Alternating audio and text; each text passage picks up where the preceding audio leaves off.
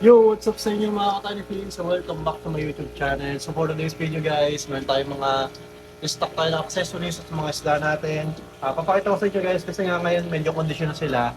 At ipapakita ko sa inyo kung ano mga available natin isda dito. At syempre guys, ang goal pa rin natin ang 50% off grand sales sa mga lahat ng ating mga nandito sa ating fish room. So ongoing pa rin ang ating 50% off promo, sale. Yan. So, ayun guys, papakita ko sa inyo guys ang ating mga isdang available dito. Actually, nag-restock lang tayo ng isang araw. Isang araw ba yung kahapon? At upload ko rin sa ating Facebook at saka sa ating YouTube channel dito. So, ayun guys, baba camera ko lang at papakita ko sa inyo. Ituturo ko kayo kung ano mga nadagdag dito sa atin, mga accessories, mga isda, at lahat-lahat. So, ayun guys, balikan ko kayo. So ayun guys, 0.5 ko na para talagang malawak ang inyong makikita ano. So bale dito guys, magsimula muna tayo sa ating mga accessories. So nadagdagan yung accessories natin ng ganitong kalalaki na mga sponge filter. So naka-reserve yan. Parang siguro ako na lang yata gagamit niyan kasi kailangan ko ng mas magandang filtration dito sa dalawang to. Kasi kung compare mo itong dalawa, dito mas medyo madilaw tong mga to. Kasi nga stock na stock yung tubig natin dito guys. Hindi tayo masyado nagpapalit. More on dagdag lang tayo. Kasi nga, mas maganda yung sa isda natin na tinatanggal lang natin talaga yung dumi. Pero yung stock na tubig, napakaganda niya kasi nga, parang na-feel na yung natural environment nila. So para mas walang chemical din. Pero syempre guys, naiiga yan at nadadagdagan din naman yan ng mga bagong tubig. So pag naglalagay tayo ng bagong tubig, meron din naman dun mga minerals na maganda sa isda natin. Pero ang case ko kasi guys dito sa place ko, yung source of water ko kasi guys mataas ang chlorine, kaya talagang nag-iimbak muna tayo ng tubig dito. Ayan, meron tayong ilagayan dito.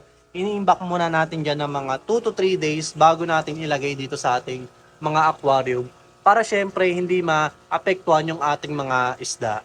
So, ayan. Sa mga nagtatanong, ilang beses ba magpakain? Minsan, 2 times a day. Pag medyo malamig ang panahon, katulad ngayon, December, at pag medyo maulan-ulan, 2 times a day tayo nagpapakain. Tapos pag naman medyo mainit, yan, 3 times tayo nagpapakain kasi mas mabilis ang metabolism nila pag mas mainit ang tubig o kaya medyo warm. Ayan. So pag malamig naman ang tubig nila, mababa ang kanilang metabolism kasi nga medyo malamig. So ayan ang ating mga Glow Tetra na merong mga ano dyan guys, mga platy. Yan.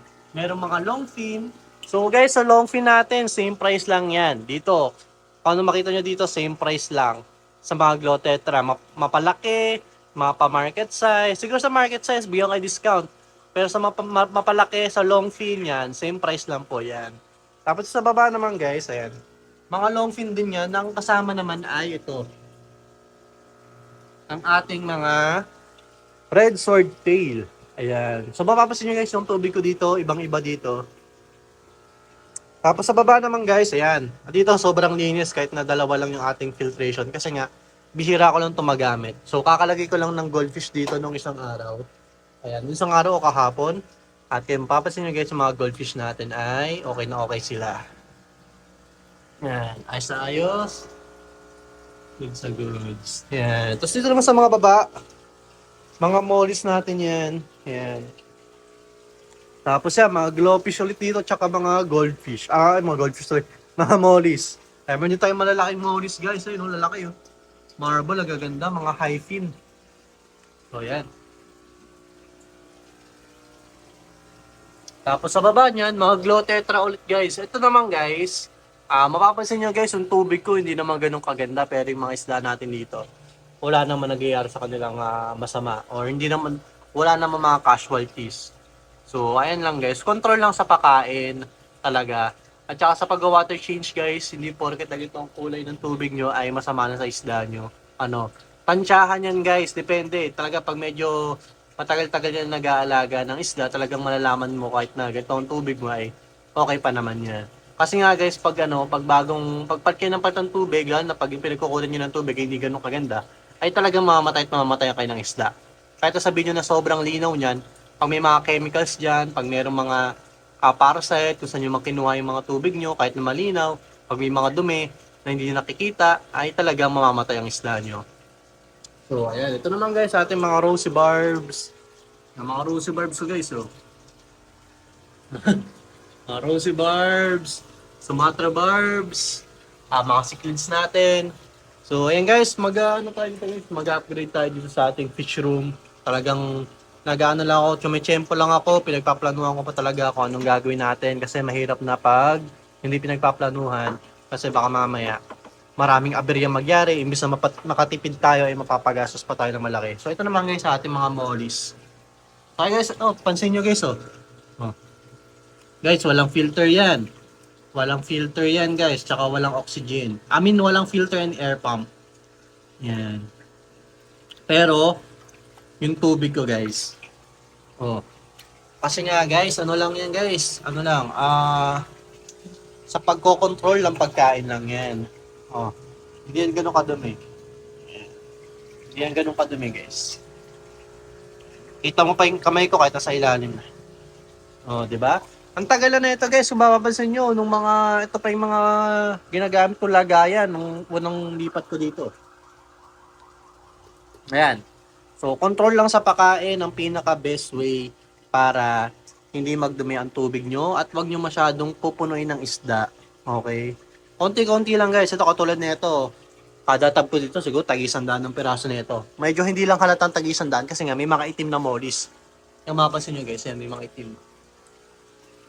So, ito naman guys ang ating mga koi. Yeah, mga koi natin guys. Ayan. Ito guys, naka-reserve na to. Naka-reserve na to at abangan nyo guys.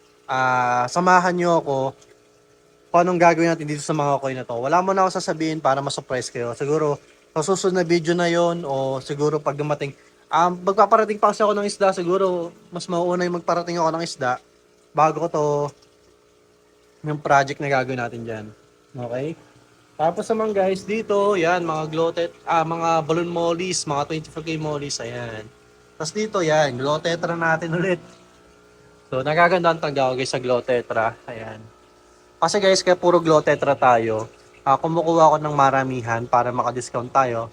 Kaya tayo nakakapag 50% off guys dahil marami ako kumuha ng glow tetra. Okay, hindi ko kayo mabibigyan guys ng napakamurang presyo kung pakunti-kunti lang ang kuha natin. Kaya pag ako kumuha ko ng glow tetra guys, talagang napakarami, napupuno to. Ito halos 4 na aquarium na guys, puro glow tetra ang ating, 5. O 5. Ilang gallons to? 80 gallons, 80 gallons. Ito 90, ito 100. Ito nasa 60 lang yata to. Maano kasi to guys, malapad. Ano lang siya, makipot siya na mataas lang. Medyo mahaba rin pala to. Ayan, mga 70 to. Ito kasi guys, yan, malapad yan guys. O, di ba? Mapapansin nyo? Ganyan lang. Dito, malapad talaga. Pero ito, mababa. Ito, mataas naman to. So, ayan.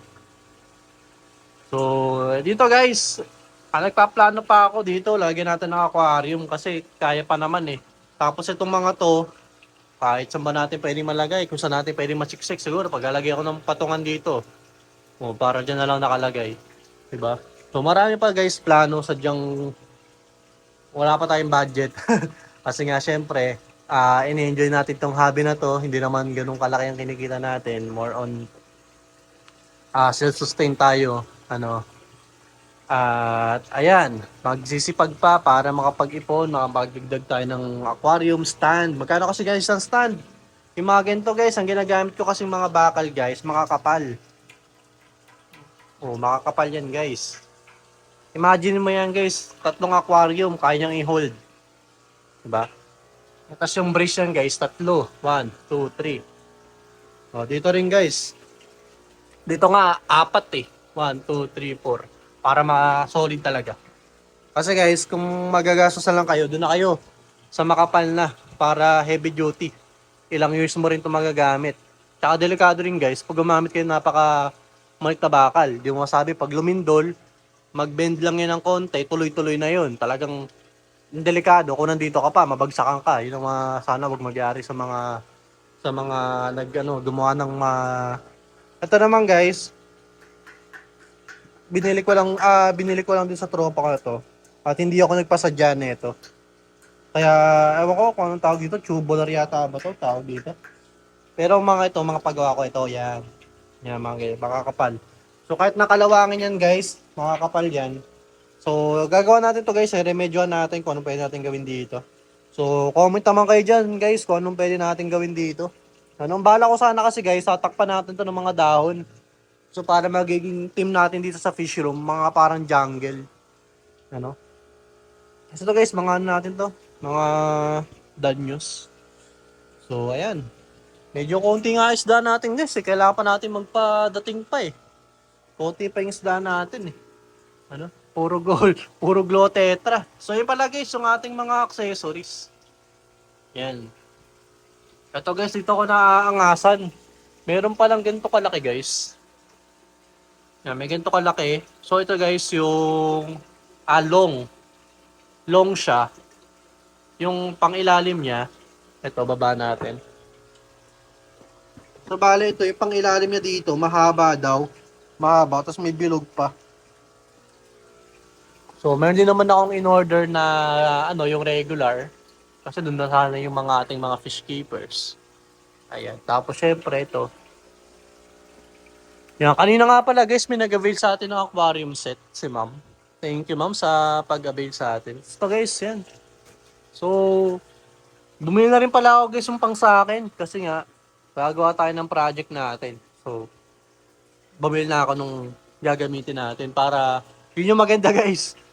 Pag meron kayong mga binibenta rin, ano, meron din kayo stock. If ever na masiraan kayo, o dyan na kayo kukuha, di na kailangan gumastos pa, di na kailangan bumili. So, ayan guys, ito lang ang ating mga isda. So, ayan guys, naging kwentuhan itong vlog natin, pero ganoon tayo dito sa ating vlog. Update lang naman to. Pero kung may mga tanong kayo, feel free to comment down below. O kung gusto nyo gawa natin ng video, pwede natin gawa ng video yan. Thank guys, abangan nyo. Marami pa tayo talagang project dito sa ating fish room. At yun na pala guys, sa third year, sa pasukan, third year na tayo. So, paunti na lang guys, kaya graduate na tayo. So, pag graduate na tayo guys, siguro tatrabaho lang, tapos mapo-full time na natin yung pag-iisda. Okay, sabangan nyo yan guys, talagang plano ko talaga guys, mag-earn ng farm ng mga isda. So, abangan nyo guys sa mga videos natin. Siguro it takes time talaga. Mga 5 years, 10 years siguro. Okay na yun guys. So yun guys, maraming salamat sa panonood. At kung may mga tanong kayo, feel free to comment down below. Don't forget to follow my page sa Facebook para updated kayo sa ating mga promos, sa mga upload, sa mga bagong videos natin. Ano pa ba? Sa mga paraffle natin. Yan. So yun lang guys, maraming salamat sa panonood. Don't forget to like this video and subscribe to my channel. Ayun lang guys, babush. Ingat, God bless, and happy fishing sa inyo. Bye-bye!